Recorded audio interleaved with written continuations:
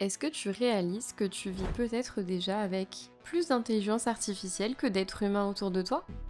Oui, je suis sérieuse. Je vais t'expliquer. Quand tu te réveilles le matin, tu checkes ton téléphone. Et là, qui te propose la météo? Ton agenda et les dernières notifications? Ton téléphone. Enfin plutôt ton assistant virtuel. Siri, Alexa, Google Assistant, Gemini. Appelle-les comme tu veux, mais les premiers sont déjà des IA.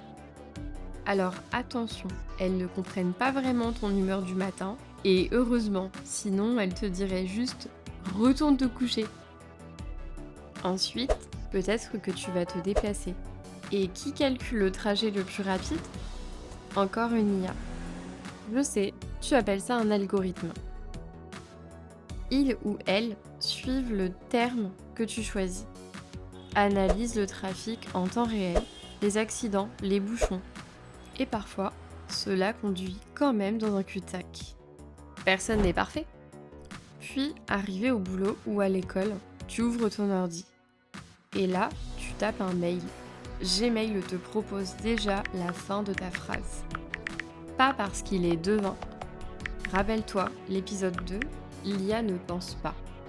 Il a juste vu que des millions de personnes écrivaient la même chose. À midi, pause déjeuner. Tu commandes via ton appli préférée. Tu crois que c'est toi qui choisis ton resto? Pas vraiment. L'appli a déjà analysé ce que tu manges d'habitude. Les restos autour de toi.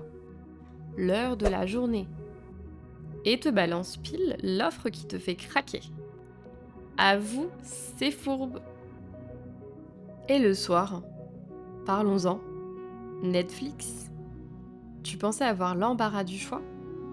En réalité, l'IA connaît tes habitudes mieux que ta meilleure amie. Hum, hum. Elle sait que tu vas finir ta journée par une petite série et elle te met devant les yeux exactement ce qu'il faut pour que tu ne touches pas à la télécommande. C'est un peu comme si ton canapé avait signé un pacte secret avec Netflix afin que tu ne te lèves plus jamais. Et encore, je ne t'ai pas parlé de TikTok. Là, c'est carrément la fête des algorithmes. Tu scrolles, tu scrolles, tu scrolles, et tu te demandes comment ils savent exactement ce qui va te faire rire ou te captiver. Ce n'est pas de la magie, c'est de l'analyse ultra poussée de ton comportement, de chaque seconde passée sur chaque vidéo. Alors oui, l'IA est déjà partout. Parfois, elle te fait gagner du temps. Mais parfois, elle t'en fait perdre beaucoup.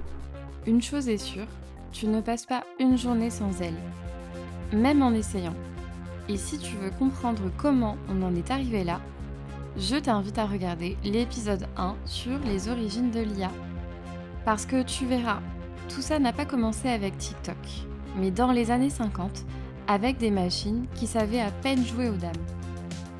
Avant le terme marketing, c'était juste intelligent. Genre l'aspirateur. Il évitait l'escalier et tout le monde était impressionné.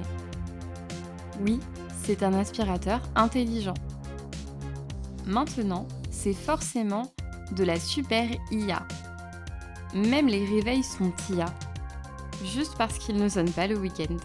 Si tu veux continuer à comprendre tous les secrets de l'IA, tous les épisodes sont dans la playlist juste ici. Et tu trouveras aussi tous les liens et infos utiles dans la description. Dans le prochain épisode, on passera à un sujet plus sérieux, l'éthique et l'IA. Parce qu'entre vie privée, biais et décisions automatisées, parfois, ça fait réfléchir. Bref, l'IA n'est pas une technologie du futur. C'est une colocataire déjà bien installée dans ta vie. Reste à savoir si c'est une bonne ou une mauvaise coloc. Et toi, où remarques-tu le plus de changements marketing dans ton quotidien? Je suis curieuse, dis-le moi en commentaire.